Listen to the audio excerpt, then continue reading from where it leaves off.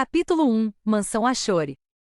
Frio era a única sensação. O inverno estava chegando e isso era um problema para todos. Para o estado de Dakota do Norte, era um dia frio, pois o outono de 1893 começava a terminar e o inverno se aproximava rapidamente. As diversas árvores ao longo da estrada estavam adoecendo com a geada e as planícies gramadas também estavam salpicadas de manchas brancas. Embora estivessem em uma estrada aberta, uma caravana de carroças seguia para o norte em direção a um novo lugar para morar. Na verdade, eles estavam viajando para se esconder. As carroças da gangue Van der Linde trotavam, como todos os seus cavalos faziam, pela estrada de terra gelada que se escondia nas planícies. Na carroça da frente, um homem de meia idade, de cabelos grisalhos, conversava com um moreno, apenas alguns anos mais novo, enquanto conduziam a caravana para os territórios de Dakota. Ambos eram os líderes da gangue. Eu te disse que não devíamos ter feito isso, holandês, disse o homem mais velho, que parecia muito irritado com a situação. Não deveríamos ter invadido aquela destilaria. Foi uma decisão acertada, Ozia, você disse que não tinha problema nenhum com isso e agora tem. Ele interrompeu com uma expressão interrogativa e surpresa. Isso foi antes de eu te conhecer. Arthur e Bill destruíram os tanques de uísque, retrucou Ozia. Eles não sabem que fomos nós, além disso, conseguimos o que queríamos, pegamos o dinheiro e distribuímos aos pobres, respondeu Dati com total confiança. Ora, temos bebida suficiente para durar o inverno todo, Ozia. Ozia simplesmente não aguentou mais e suspirou, lembrando-se dos bons momentos naquela destilaria. Mas como sempre, ele se preocupava com todos eles e com razão. Por mais nobre que pareça, típico dos holandeses. A lei quase nos alcançou, e agora estamos viajando para o norte e está começando a congelar. Ele estremeceu com o frio. Dati, vendo isso, passou uma garrafa vermelha de bourbon que havia roubado para Ozia, para que ele tomasse um gole. O homem mais velho suspirou aliviado ao engolir o conteúdo, percebendo que isso surtiu efeito. Assim que Arthur e Davey voltarem com lugares para ficarmos, tudo ficará bem. Eu sei disso, exclamou ele, enquanto Ozia ria baixinho. Os dois homens continuaram a conversar enquanto sua jornada pelas planícies prosseguia. Na carroça dos líderes estavam duas mulheres que tremiam levemente, apertadas uma contra a outra sob os suprimentos. Uma delas era uma mulher de meia idade com o cabelo preso em um coque e um vestido preto, a outra era uma jovem de cabelos castanhos, pele clara e algumas sardas no rosto.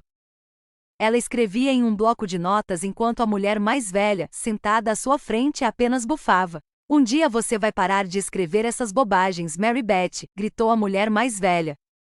Eu poderia argumentar que alguns escritores criaram grandes histórias escrevendo bobagens, retrucou Mary Beth. A mais velha apenas zombou e respondeu com um comentário grosseiro. Bem, isso só significa que eles não sabem nada sobre as terríveis mentiras do mundo em que vivemos. Com todo respeito, senhorita Grimshaw, eles escrevem livros para entreter. Até você sabe disso.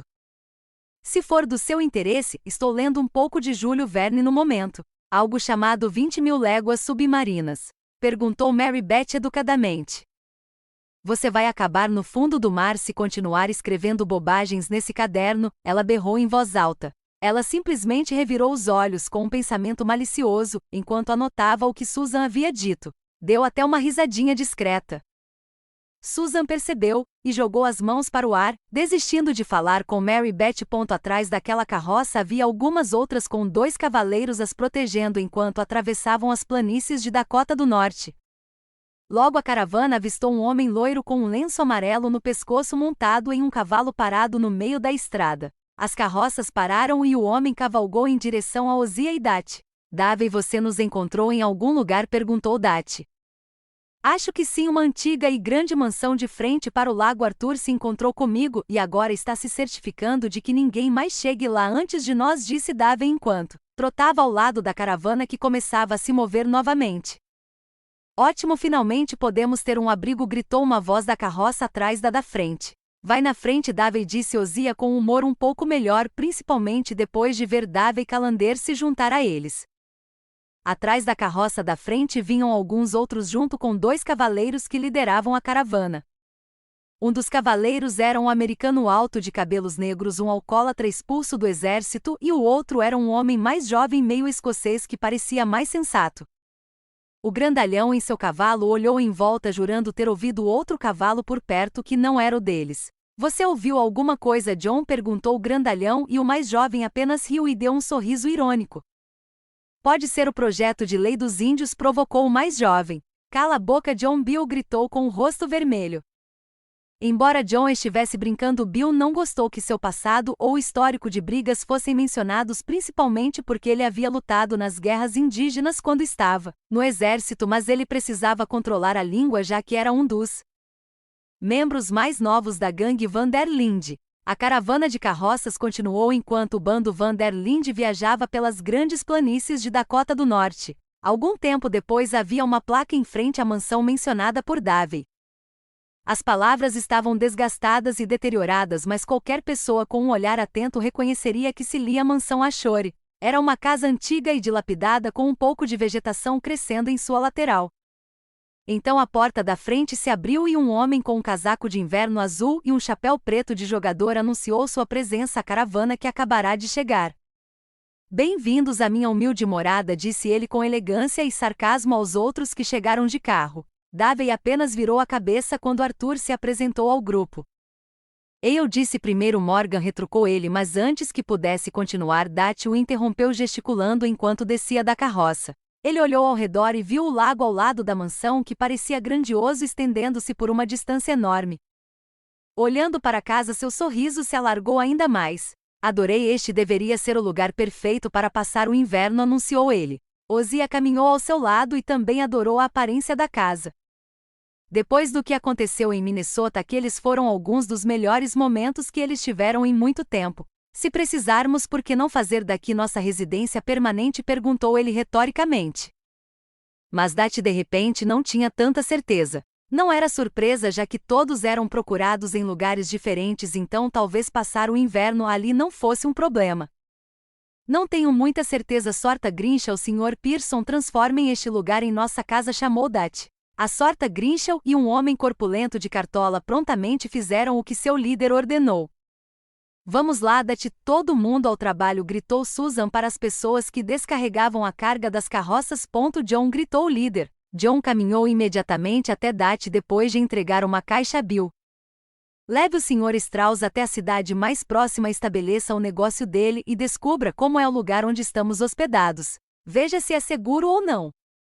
John assentiu com a cabeça enquanto olhava para um homem mais velho e enrugado de óculos parado ao seu lado. Muito bem, vamos lá, velho. E os dois seguiram para a estrada a cavalo de John. Trotaram para longe, adentrando as planícies frias. Algum tempo depois a noite havia chegado. Em algumas horas a turma transferiu todos os seus pertences das carroças para a casa grande. Era espaçosa o suficiente para que todos tivessem uma cama para dormir, apesar da aparência desgastada do prédio.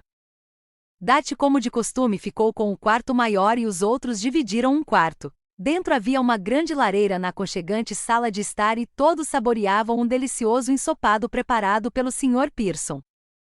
Todos estavam sentados ao redor da grande sala de estar saboreando o ensopado enquanto Ozia conversava com Dati e Arthur, que haviam se acomodado nas poltronas antigas perto da lareira. Dati, devemos ser discretos nesta região depois de todos os problemas que causamos em Minnesota. Vamos ficar bem, Ozia, eu sei disso. Ninguém sabe que estamos aqui, Arthur.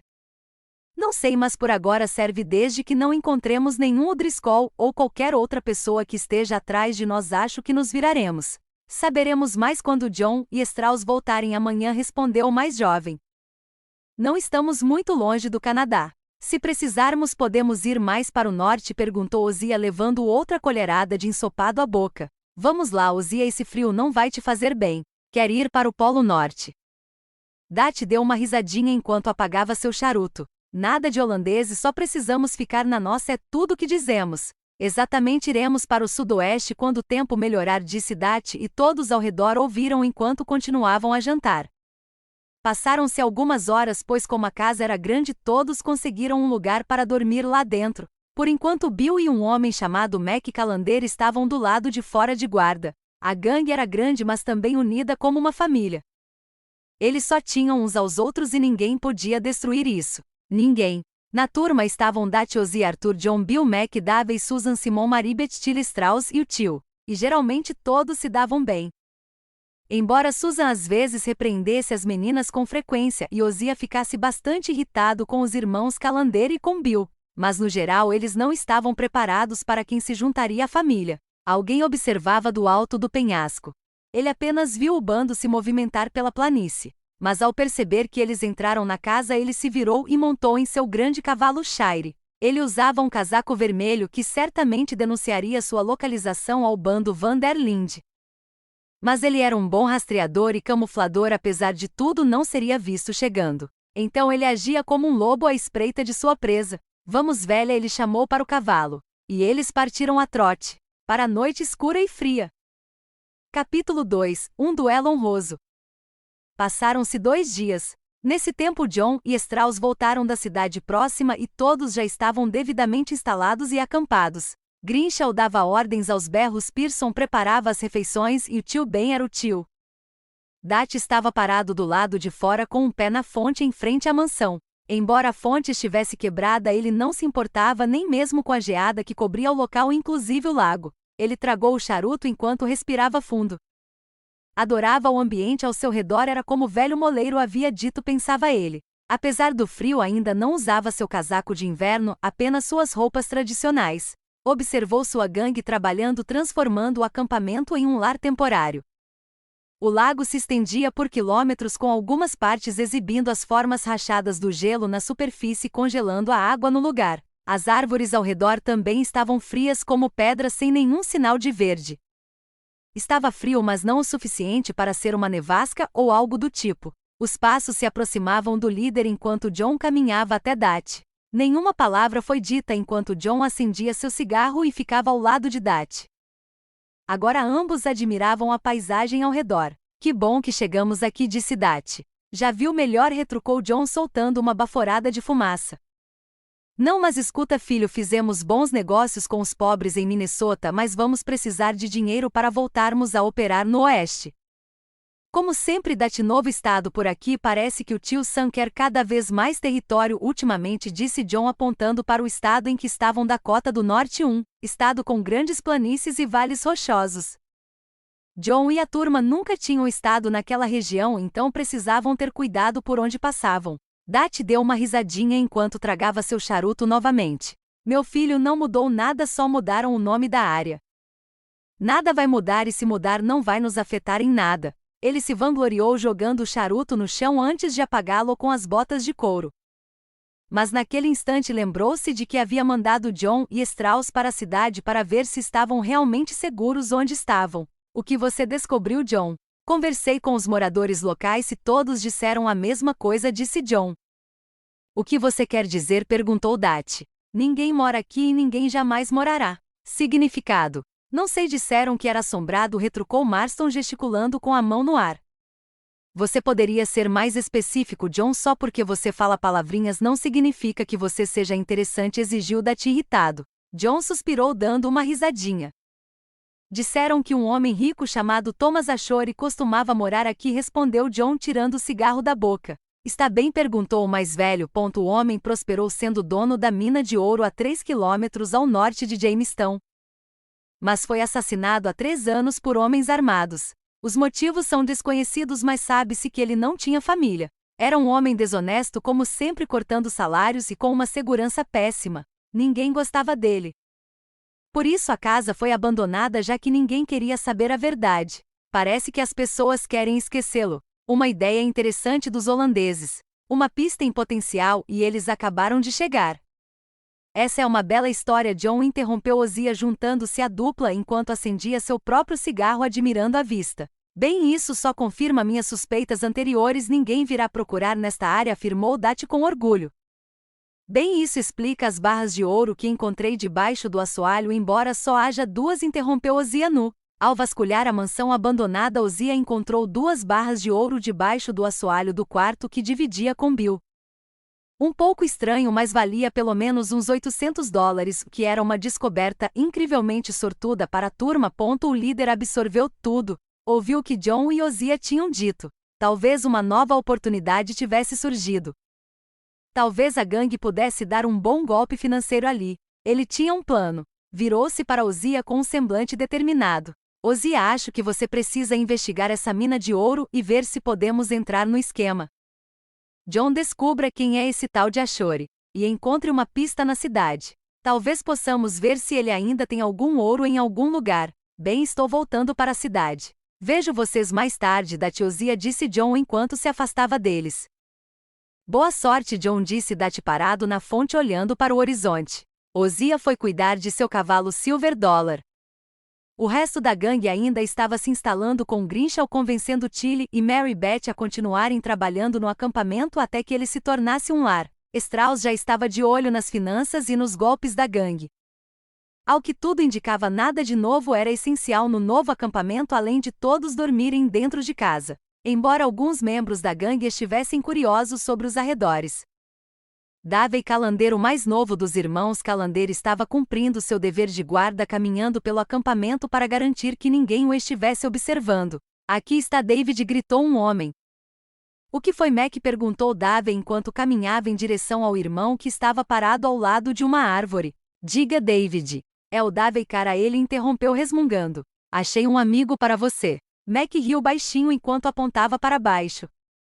Bem na frente deles havia uma lápide. Parecia um pouco tomada pela vegetação, mas as palavras ainda eram visíveis a olho nu. Davey franziu a testa enquanto encarava o irmão que ria sem parar. Cara, isso não tem graça. A menos que você queira que seu túmulo fique assim, disse ele cuspindo na sepultura. Mas as risadas do irmão morreram num instante quando ele lançou um olhar carrancudo para Davey. Que falta de respeito. Mamãe te daria uma surra por isso, comentou Mac lançando um olhar de reprovação. Mamãe não está aqui, mano, e além disso, por que ele se importaria? Davey colocou um cigarro na boca. Ele já está morto mesmo, disse acenando com a mão em direção ao túmulo. Bem, ele parece mesmo deslocado, exclamou Mac ajoelhando-se, tirando o lenço do bolso e limpando a saliva que sujava o túmulo. Mac sempre se dera bem com seu irmão de sangue, embora geralmente fosse o mais maduro dos dois, apesar de ser um assassino implacável com um coração igualmente implacável. Enquanto limpava a saliva, removeu também parte do musgo e da areia do túmulo, revelando as palavras gravadas na lápide de granito. Na lápide estava escrito: Descanse em paz, Oscar O'Malley, nascido em 1875, falecido em 12 de outubro de 1890, o lobo azul fora da lei e caçador por toda a vida, irmão leal dos lobos de Dakota. Havia também uma placa com a inscrição: dissolvido em novembro de 1890. Os lobos de Dakota, que diabos são eles? Mac se perguntou enquanto Davey apenas bufava olhando ao redor. Alguma merda indígena ou seita, talvez uma gangue antiga, respondeu Davey. Quem quer que sejam, provavelmente já morreram. Você acha que Dat ou Ozzy deveriam saber disso? Perguntou Mac. Assim a lápide diz dissolvido, não há com o que se preocupar, retrucou Davey. Bem, estou indo para a cidade com o tio e o John. Precisamos dar mais tempo para o nosso novo amigo soldado se enturmar. Você vem? Perguntou o irmão mais velho. Não, caro, Dat vai ficar louco se não tivermos armas no acampamento. Você sabe como ele é. Muito bem, então eu já vou indo. Mac se afastou do túmulo, caminhando em direção aos cavalos onde John e o tio o aguardavam pacientemente. Lobos de Dakota. E, por que se dissolver um mês depois da morte desse desgraçado? Davey pensou enquanto se virava para ver os três homens trotando em direção à cidade. Sem ninguém olhando, ele desabotoou as calças e se urinou. Urinando sobre o túmulo, para ele aquilo não significava nada. Para o pistoleiro, porém, ele pensou. Quem eram os lobos de Dakota? Arthur Morgan, o chefe dos capangas, estava sempre fazendo ronda desde que o bando se mudará para a mansão Ashore. O homem estava sempre atento ao acampamento, mas sendo quem era, preferia ficar sozinho às vezes. Por onde passava, estava sempre procurando uma oportunidade para o bando se divertir. Vestia um traje surrado de fora da lei e o chapéu do pai o protegia dos ventos frios que sopravam pelas planícies ao redor da cidade de Jamestown. Seu cavalo mais fiel, Boa de Ceia, trotava pelas ruas de paralelepípedos lamacentos. A cidade era mais parecida com uma pequena vila com um grande salão, uma estalagem, uma casa de fotografia e muitas outras lojas, mas de qualquer forma também era repleta de degenerados e pessoas que só queriam levar a vida numa boa. Depois de uma caçada e de ter visto o caçador local, ele decidiu se dar ao luxo de tomar uns drinks. Só alguns, pois queria um tempo sozinho. Mas isso não pareceu acontecer quando viu os cavalos de John Mac e do tio amarrados do lado de fora do salão. Suspirando de irritação, ele ainda queria sua bebida, então entrou e viu o interior do salão. Lá dentro era o que ele esperava, um bar lotado de pessoas bebendo sentadas às mesas ou debruçadas sobre os bancos, claramente embriagadas. Havia algumas mulheres por perto, embora a maioria fosse prostituta ou algo do tipo, não era da sua conta. Um grito de alegria ecoou no balcão quando Arthur se virou para vê-los. O homem de barba grisalha estava abraçado a uma mulher ruiva. Tio, claro que ele faria barulho, pensou Arthur. Arthur, é que fizemos novos amigos. Estamos conversando sobre calcinhas femininas. Hehehe, disse o tio gesticulando para os outros também. John, o tio e Mac estavam no balcão com 3 mulheres diferentes e todos claramente tinham bebido bastante, a julgar pelo cheiro, embora provavelmente fosse o tio quem estivesse sentindo isso. Arthur zombou ao ver a mulher abraçada aos braços do tio. Tio, é melhor você pagar ouro para essa turma se quiser eles. A namorada de Mac percebeu Arthur naquele instante, virou-se ainda embriagada e olhou para o pistoleiro como se tivesse visto um cliente mais bonito. Ora, você não é o cavaleiro alto de armadura brilhante, ela flertou. Cala a boca, Bethan, todos nós sabemos que ele não passa de uma foca escorregadia, comentou a namorada do tio, também embriagada. Ah, não se preocupe, Arthur é definitivamente uma foca. Definitivamente uma foca azeda, e isso sim, o tio deu uma risada alta. Talvez então, como esquinhas vocês são garotas, perguntou Arthur em tom rude. Aqui somos todas damas, senhor. Ah, me enganei, pensei que estava falando com lesmas. Como se tudo estivesse combinado, todas as garotas simplesmente saíram do lado dos homens e subiram as escadas. John, ainda bêbado, tentou reconquistar sua garota, mas sem sucesso. Agora os 3 homens se arrependeram de terem convidado Arthur. Lá vai a Morgan com cara de poucos amigos, resmungou o tio. Você tinha que fazer isso, não é, Arthur, murmurou John enquanto limpava uma marca de beijo da bochecha. Eu tinha $40 sobrando, gritou Mac irritado enquanto tomava outro gole de uísque. Para ela. Então me considere um bom contador, retrucou Arthur. Ele jogou algumas notas de $1 no balcão, recebendo algumas doses do barman. Alguma coisa interessante por aqui.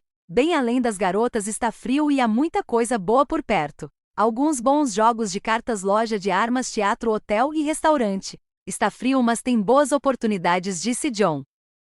Melhor do que a última cidade em que estivemos. Esta é uma cidade de cowboy para vocês 3, seus chorões. Embora haja alguns nativos por perto, não gostaria de enfrentá-los.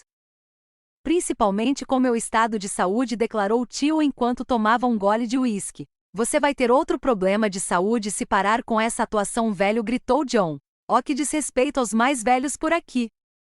Mais uma rodada, bradou o tio para o barman, que mais uma vez serviu uísque nos copos deles. Mac estava um pouco irritado por não estar conseguindo transar, mas sua curiosidade pela morte havia despertado.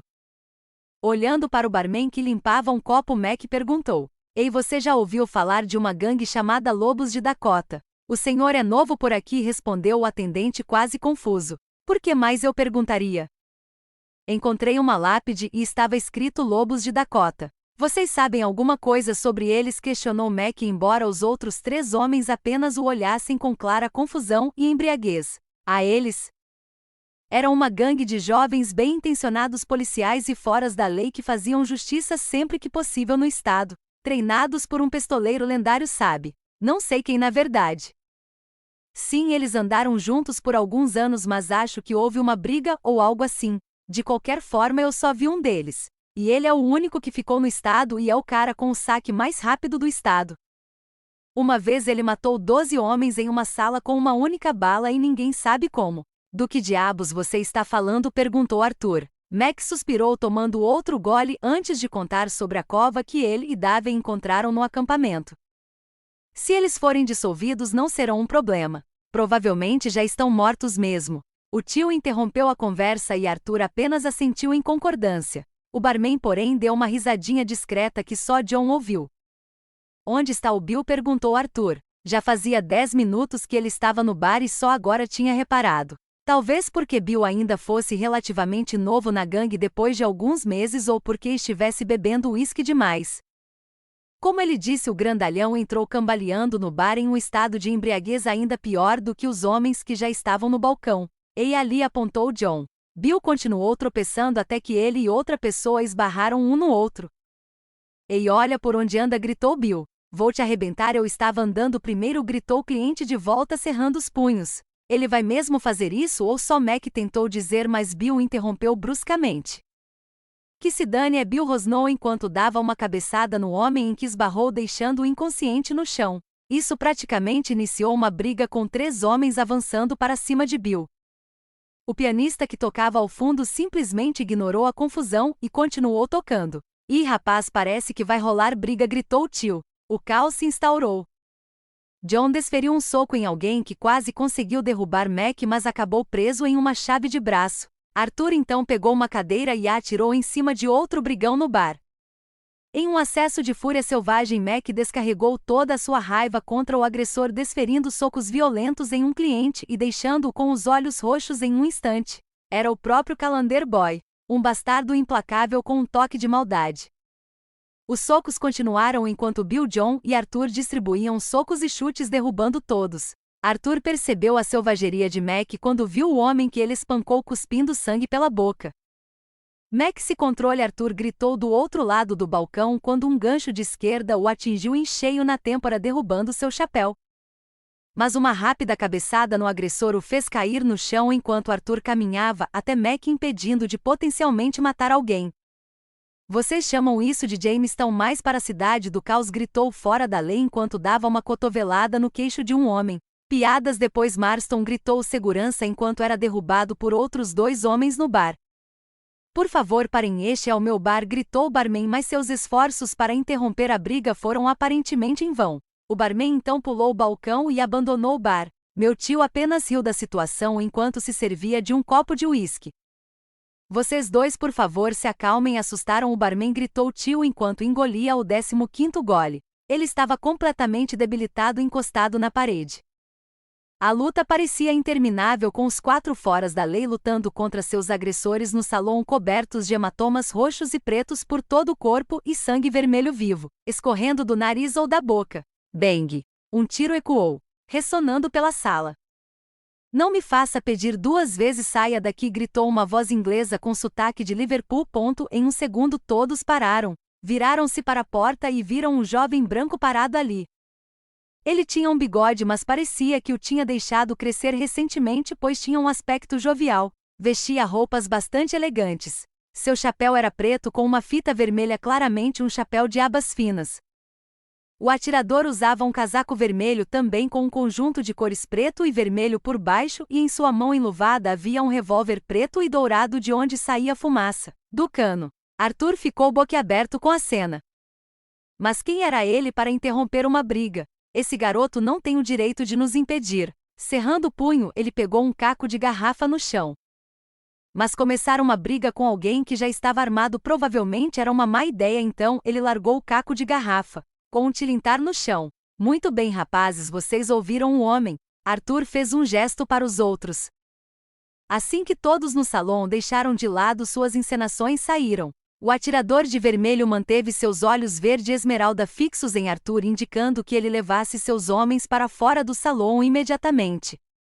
Claro que eles tinham que obedecer ou seriam baleados, certo? O barman retornou ao bar acenando com a cabeça para ele enquanto começava a varrer o chão, recolhendo os cacos de vidro e outros detritos. Lobo Vermelho, gritou uma voz rouca e alta.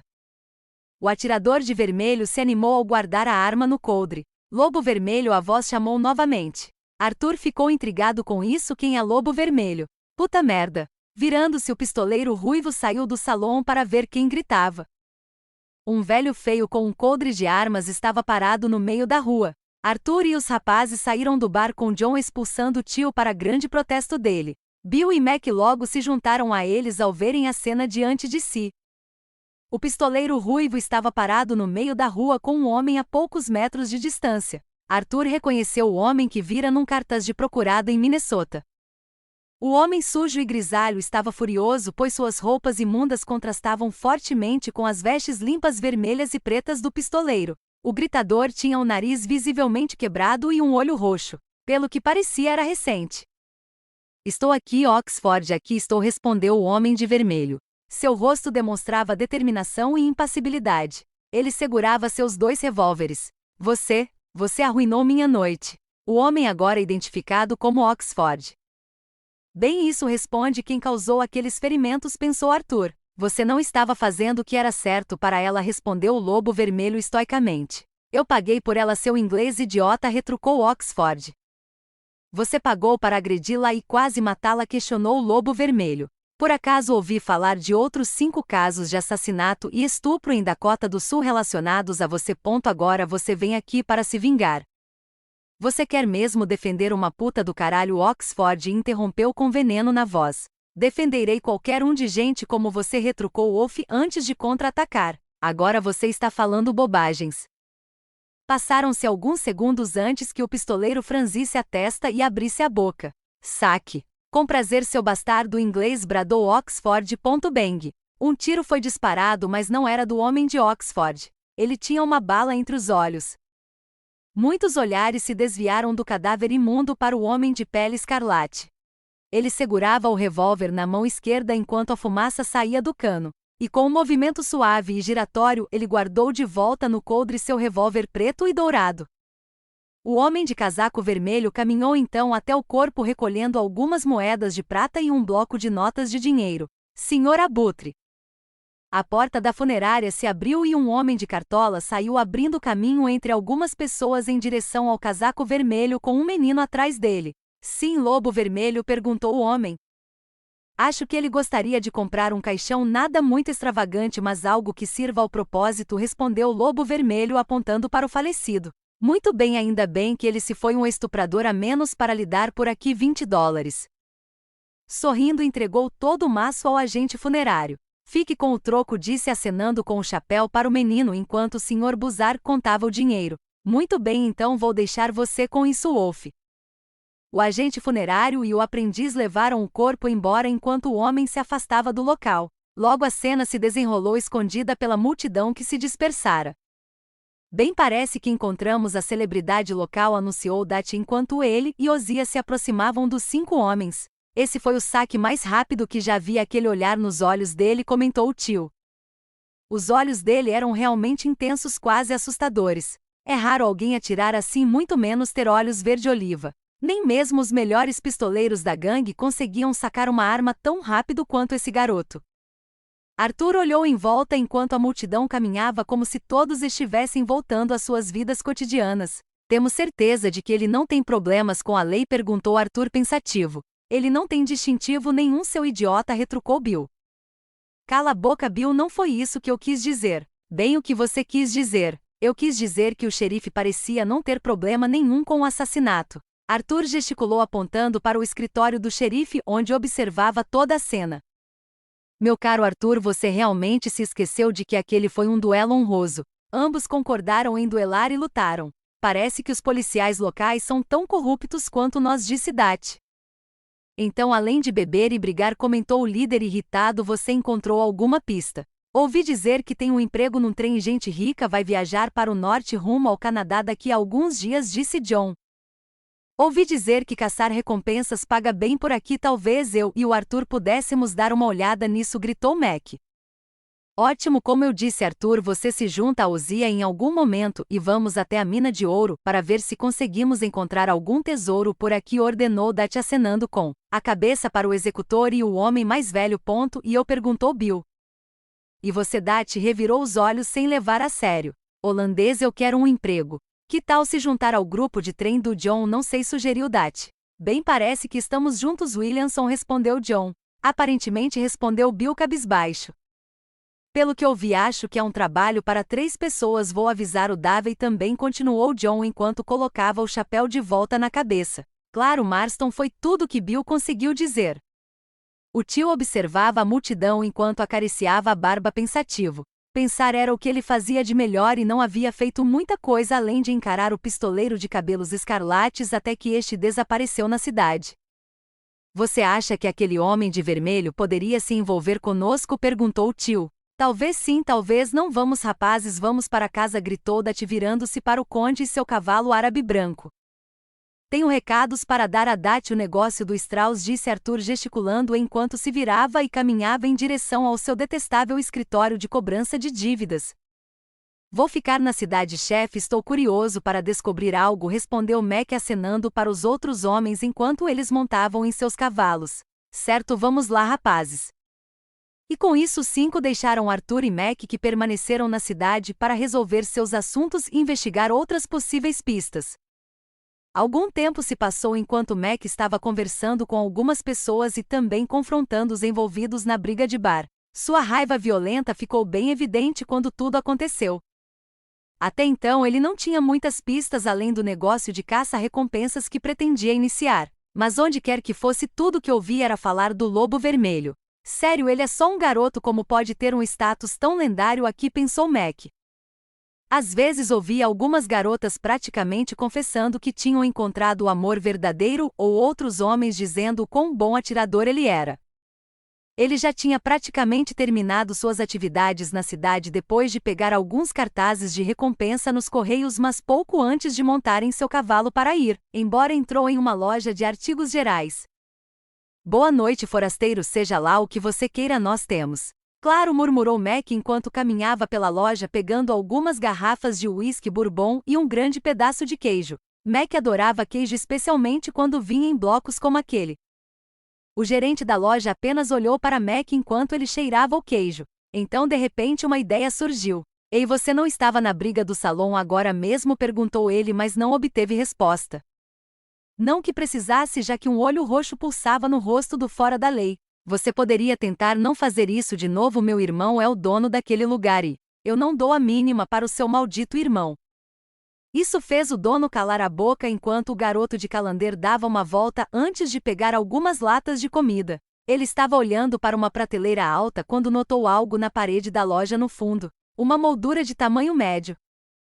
Mac viu uma foto acima do balcão com meninos segurando rifles e usando casacos pretos com coletes e chapéus de cores diferentes. Mas parecia que alguns também usavam ponchos de pele, como se estivessem uniformizados.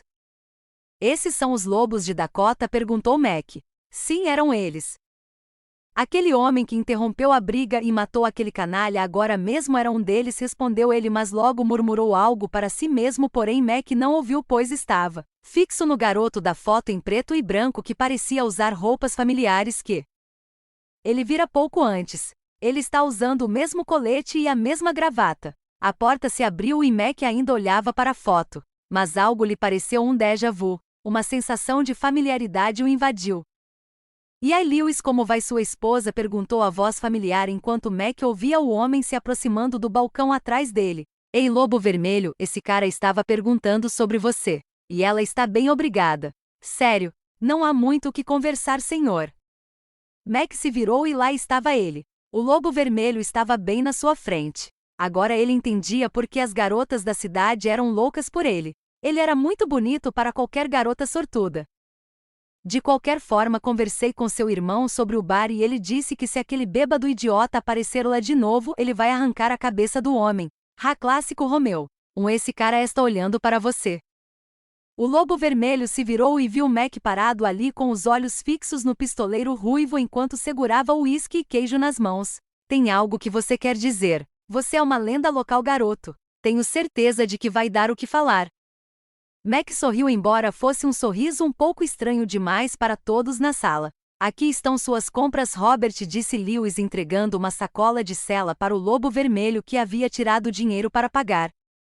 Lobo Vermelho, por sua vez, apenas encarou o rude fora da lei como se ele não valesse seu tempo. Mas eu não vou falar nada e além disso é pessoal. Até logo, Sr. Lewis. Lobo Vermelho acenou com o chapéu para os dois homens ao sair da loja. Mac, enquanto isso, gastou seu dinheiro com o lojista e saiu apenas para ver o jovem montar em seu cavalo Shire marrom. E nesse sentido, Lobo Vermelho se foi, assim como o cavalo e seu cavaleiro, que desapareceram na mata. Mac fez o mesmo e voltou para casa, embora sua curiosidade sobre os lobos de Dakota ainda o intrigasse. E agora ele havia conhecido um lendário pistoleiro na cidade. E aparentemente seu nome é Robert. Capítulo 3. O clandestino e os Driscolls. 24 de abril de 1873, Liverpool, Inglaterra. A favela era um caos, sempre foi. Mas sempre foi um lar para John Richardson. Ele era um jovem nascido nas ruas e com certeza morreria nelas. Não importava o que tivesse, ele sobreviveria a tudo. Era um homem pobre com pouca força de vontade. Seu pai era um bêbado que nem sequer estava presente durante sua infância e só se importava com a bebida ou com o que quer que fizesse à noite. Sua mãe era operária de fábrica e morreu de cólera quando ele tinha apenas 7 anos, e seu pai se matou bebendo pouco tempo depois. Desde então ele era órfão. Um orfanato próximo não o acolheu, alegando que não tinham comida suficiente para alimentar mais uma boca. Mas ele teve pessoas ao seu redor enquanto crescia. Outras pessoas das favelas o ajudavam. Seu antigo mentor, Fagin, por exemplo, um velho estivador, sempre lhe dizia para trabalhar duro e que ganharia seu dinheiro rapidinho. Graças a ele, conseguiu um emprego nos cais, trabalhando como estivador, transportando caixas ou barris de mercadorias. Ajudava no desembarque de mercadorias e no comércio provenientes do Império Britânico ou de outros países ou impérios estrangeiros. Cada entrega no porto representava um grande negócio para Liverpool. Todos os dias ele percorria o porto, ouvia Fagin ou qualquer outro gerente e fazia o trabalho árduo, depois comia, trabalhava novamente, voltava para casa para beber e dormir, e o ciclo se repetia. Era como um relógio, como sempre. Este dia não foi diferente. Ou será que foi? Um dos navios mais novos a entrar no porto era o SS Govan. Acabará de chegar e estava abarrotado de mercadorias e carga a bordo. John apenas suspirou de frustração, mas mesmo assim continuou trabalhando. Auxiliou no descarregamento da carga no cais.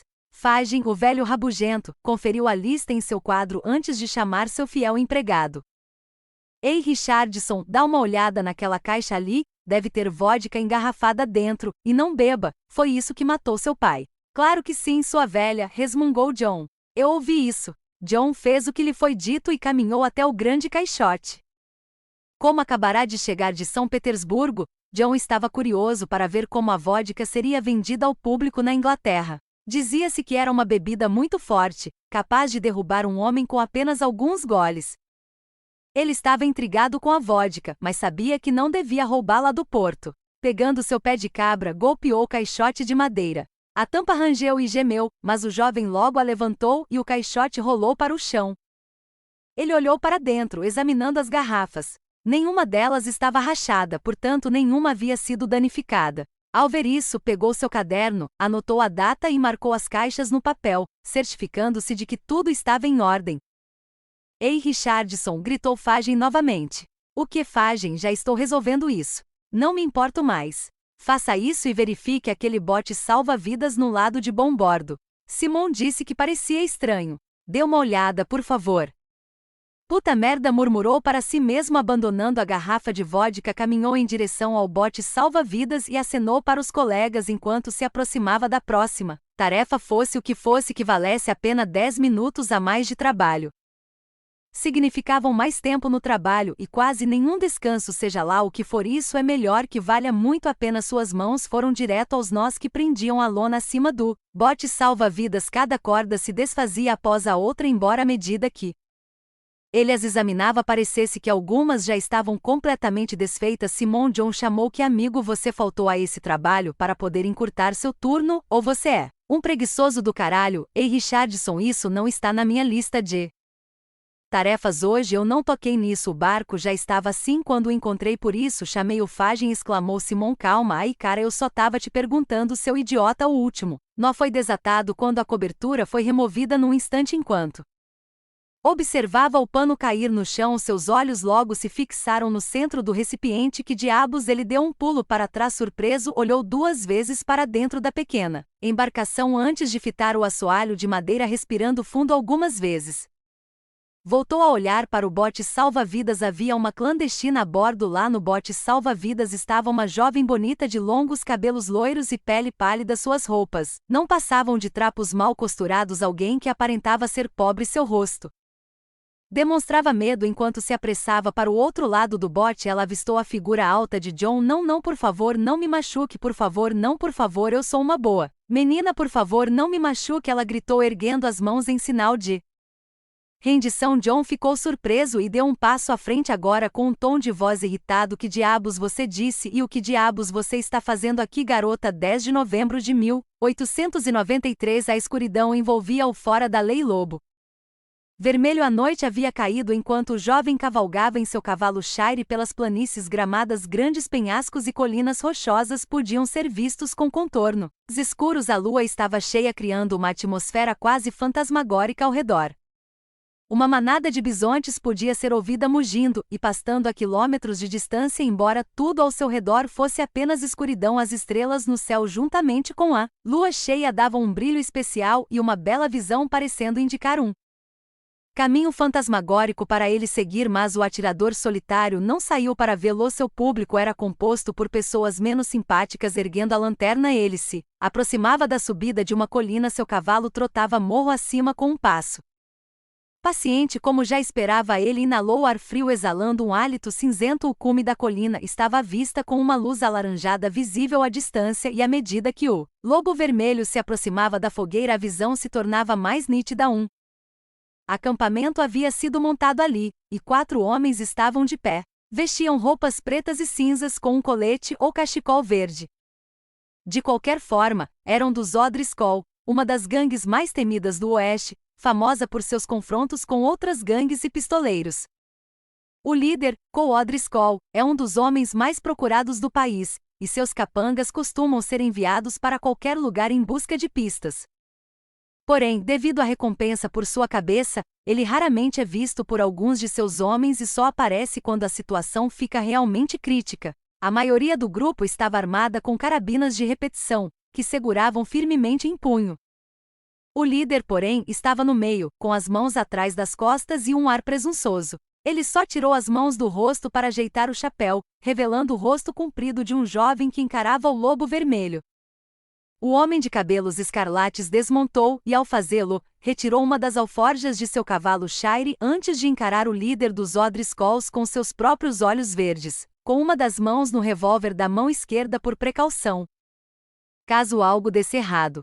Liam, Robert. Os homens estavam afastados um do outro, encarando-se com atenção, enquanto os outros O'Driscolls que cercavam Liam se posicionavam espaçados antes de apontarem seus rifles para o fora da lei lobo vermelho. Então você recebeu o pagamento? Perguntou Liam, cuspindo um palito de dente. Robert assentiu com a cabeça enquanto atirava a alforja para Liam. Quando ele a apanhou, Liam O'Driscoll retirou os maços de dinheiro e começou a contá-los. Alguns instantes se passaram enquanto a contagem continuava. Embora os rifles ainda estivessem apontados para Robert, ele apenas suspirou, revirou os olhos e cruzou os braços. Diga aos seus homens para abaixarem as armas. Estou sendo razoável ao te pagar, Liam, observou Robert. Mas Liam apenas deu uma risadinha enquanto terminava de contar. Rob, você continua roubando e ainda não cumprimos o cronograma.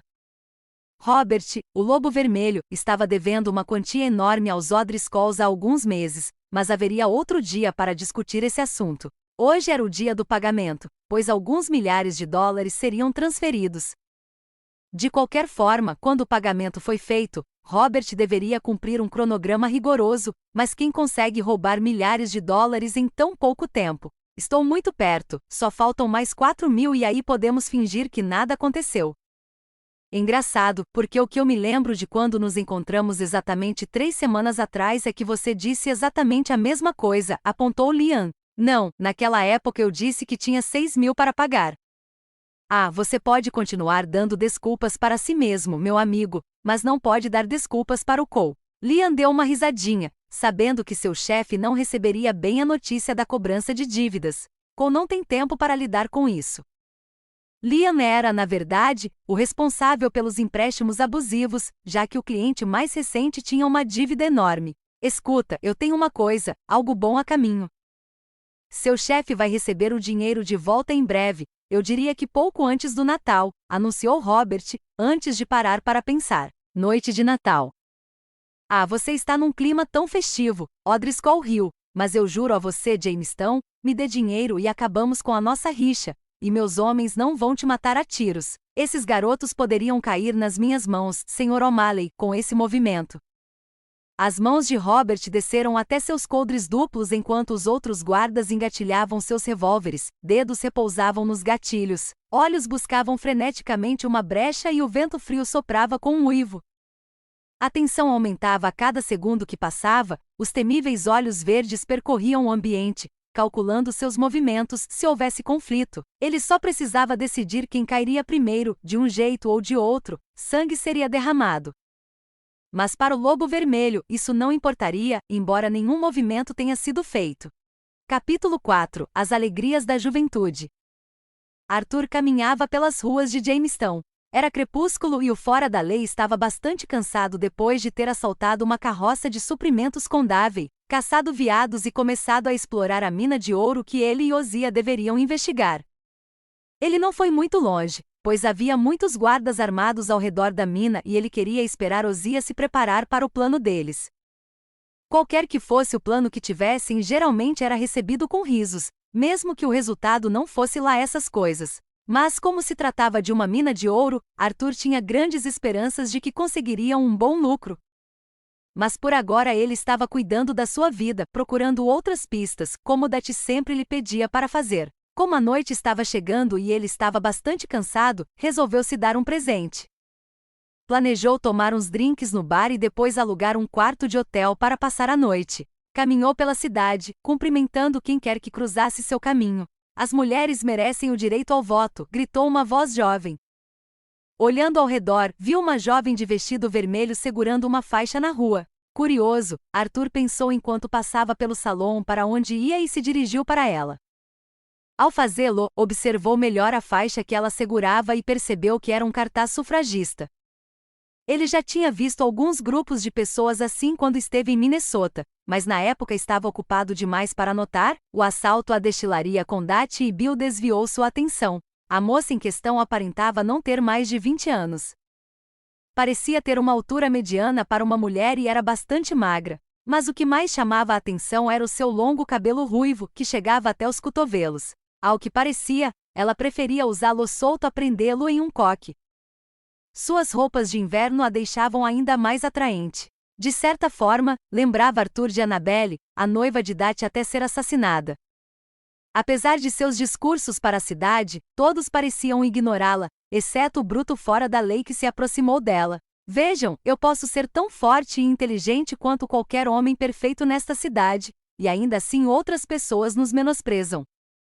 Sabemos qual é o nosso lugar neste mundo e acreditamos que ele é igual ao do mundo dos homens. Uma doação de mais de $1 pode ajudar o movimento sufragista a avançar. Por favor, me digam o que vocês pensam. Podemos ajudar a tornar o Estado um lugar melhor se as vozes silenciadas forem ouvidas no Congresso. Eu só defendo que devemos ser iguais aos homens neste mundo maldito. Ei, Chapeuzinho Vermelho, o que você está fazendo? Perguntou Arthur parado diante dela. O que você acha que estou fazendo? Estou explicando aos muitos idiotas crédulos desta cidade por que apoiar os direitos das mulheres. Como é que Utah, Ambarino e Wyoming têm direito ao voto para mulheres e o resto do país não? É um absurdo. A mulher respondeu com bastante paixão. Talvez isso não valesse o tempo dele, ele não tinha tempo para política. Bom, boa sorte para você, respondeu ele virando-se. Qual a sua opinião sobre isso, senhor? Dessa vez, ele se virou. Talvez pudesse ser algo, ele nunca sabia se poderia haver alguma informação valiosa vinda daquela sufragista. Arthur Morgan.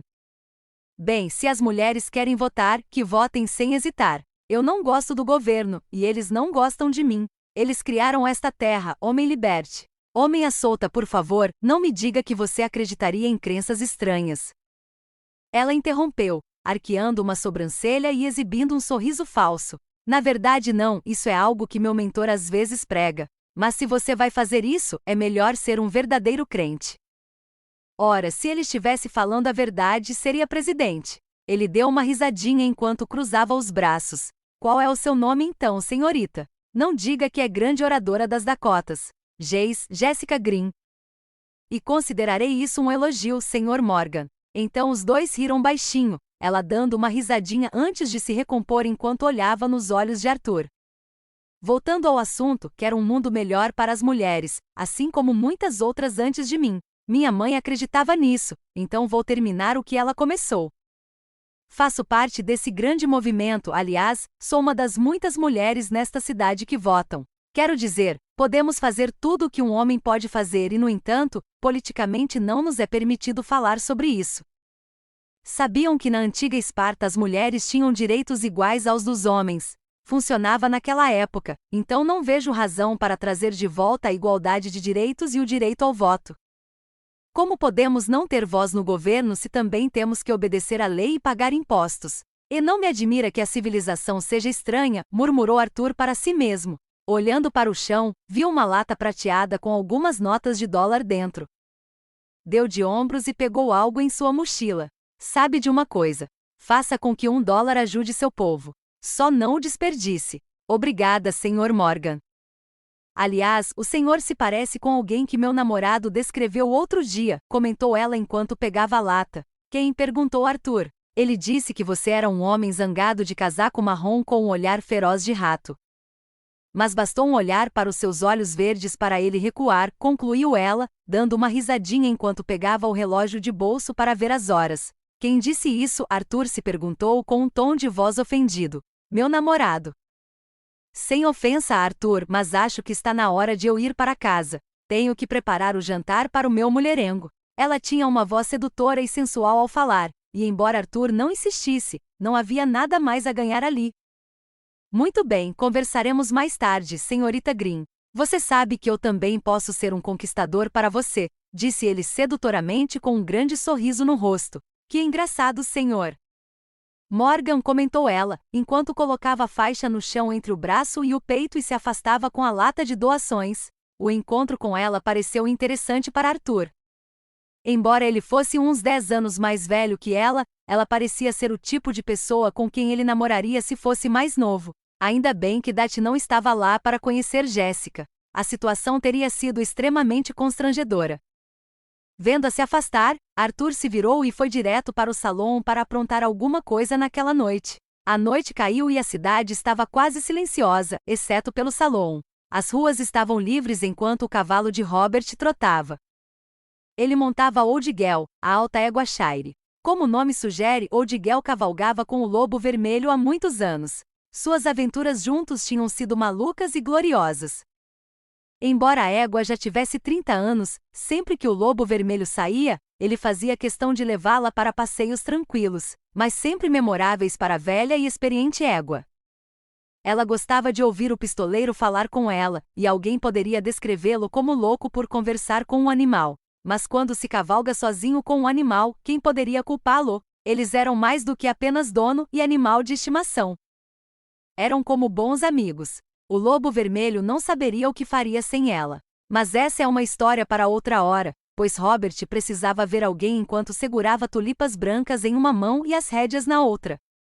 Ouviu-se uma grande confusão vinda do bar, mas por ora o lobo vermelho estava cansado demais para lidar com isso. Além disso, havia algo mais importante do que impedir possíveis brigas ou matar estupradores. Ele tinha um encontro. Seu cavalo continuou trotando até chegarem aos arredores da cidade, enquanto a velha senhora diminuía a velocidade para um local aparentemente familiar. As vastas planícies à noite formavam um cenário como uma pintura a óleo. Uma casa se erguia cercada por vegetação, e ali seria o lugar onde Robert passaria a noite, pois quem quer que morasse ali certamente estava bem de vida. Usando as rédeas, Lobo Vermelho parou bem em frente a um poste de amarrar cavalos, e assim que terminou de amarrar a velha senhora, subiu os degraus da casa e bateu na porta. Deu um passo para trás, olhando para sua égua, acenando com a cabeça para ela, e então voltou a atenção ao ouvir as fechaduras destrancando, antes de ver uma bela mulher parada atrás da porta que se abriu. Olá, Lobo Vermelho, disse a voz angelical e sedutora. Olá, linda, trouxe algo para você, algo especial, disse o Lobo Vermelho com um sorriso ainda maior, enquanto entregava as tulipas brancas à jovem. Ela as aceitou com elegância e suspirou de satisfação. Ah, elas são lindas, obrigada, Lobo Vermelho. Sério, Jace, você está usando meu nome artístico? Achei que fossemos próximas, já passamos da fase de usar nomes falsos. Bem, já que me chamam de bonita, nomes falsos são o assunto do momento, Jéssica riu baixinho enquanto olhava para os olhos esmeralda do Lobo Vermelho, que soltou uma risada. Ha ha ha ha ha, muito engraçado, Jéssica. Entre, meu amor, ela ronronou, movendo os dedos como uma isca, mas o peixe era um pistoleiro. Claro, minha senhora, respondeu o Lobo Vermelho, seguindo-a para dentro da casa de madeira. O interior era bastante espaçoso e, pelo que ele pôde ver, uma panela estava assando em um espeto na cozinha, com um cheiro e aparência tão tentadores que qualquer um seria atraído pelo delicioso prato que estava sendo preparado. Jéssica colocou as tulipas num vaso de vidro sobre a mesa enquanto Robert tirava o chapéu, a bandoleira e as luvas, colocando-os no cabide. Ela foi ver o ensopado que estava sendo preparado, girando a concha sobre o prato saboroso e suculento, enquanto o lobo vermelho caminhava pela casa observando os móveis. Sobre a lareira, acima de um fogo crepitante, havia um pequeno porta-retratos com uma fotografia em preto e branco de um policial, uma mulher e uma menina, e ele a observou por um tempo enquanto Jéssica servia um ensopado que preparara nas tigelas. "Aqui está o jantar, minha querida", anunciou a jovem suavemente. Lobo Vermelho percebeu e recolocou o porta-retratos na lareira antes de se aproximar, vendo em direção à mesa as tulipas brancas que comprará, ou conseguirá, em um vaso. Puxou a cadeira, sentou-se em frente a Geis e começou a saborear o delicioso ensopado que sua amada preparara durante o dia. Alguns instantes se passaram enquanto os dois comiam o ensopado e alguns pãezinhos, até que Robert se pronunciou. "Você sente falta do seu pai morando com você?", perguntou ele, notando a cadeira vazia ao lado da de Geis. "Sim, mas você sabe quem ele é, o papel dele na cidade? As pessoas vão entrar em pânico se o xerife nunca estiver na cidade. Você sabe que tipo de escória temos nesta cidade", respondeu a ruiva. "Eu sei, eu deveria saber, mas ele devia descansar, sabe? Fazendo isso há tanto tempo, ele devia pensar em se aposentar. Sem ofensa a ele, não. Ele diria que descanso é para os maus, desde que a mamãe..." Geis murmurou as últimas palavras com tristeza. Muitos anos atrás, a mãe de Jéssica foi morta por um bando de foras da lei quando ela tinha apenas 11 anos. Por causa disso, seu pai nunca deixou o cargo de xerife, pois jurou que isso jamais aconteceria com outras famílias. E na maior parte do tempo, o xerife Green fez um ótimo trabalho como policial, embora tivesse certo respeito pelo Lobo Vermelho. Robert percebeu o humor de Geis e rapidamente mudou de assunto. "Então, como vão seus estudos e os protestos?", perguntou ele. Ela então zombou, incrédula. "Você veio até aqui só para falar disso?" "Era apenas uma pergunta, Geis." "Bem, está tudo indo bem, só gostaria que houvesse mais acesso à informação para as mulheres no mundo. Talvez assim eu pudesse ser professora, e uma boa professora. Quer dizer, se eu for professora, preciso ter mais conhecimento para poder ensinar as crianças, compartilhar o que sei e assim, elas moldarão o futuro." Você sempre tem uma queda por crianças", comentou Robert antes de pegar outra colherada de ensopado. "Você já pensou em como seria se tivéssemos nossos próprios filhos?", ela perguntou. Engasgando, o Lobo Vermelho tossiu ruidosamente enquanto engolia novamente o ensopado, sentindo algumas pancadas no peito. Seu olhar logo voltou para sua amada. "Nossa, ainda não estamos preparados para isso, e bem, eu preferiria não fazer." Ele deu uma risadinha apesar do que acabará de acontecer. "Por quê?", perguntou Geis num tom bastante desapontado. "Porque ainda somos jovens, Geis, e eu ainda quero estar por aí fazendo o que faço de melhor. Talvez daqui a 10 ou 15 anos eu esteja pronto. Quer dizer, você tem 20 e eu 19. Ainda temos um futuro inteiro pela frente." "Não queremos cometer o mesmo erro dos meus pais", Robert mencionou, lembrando que eles estavam juntos havia apenas 3 anos.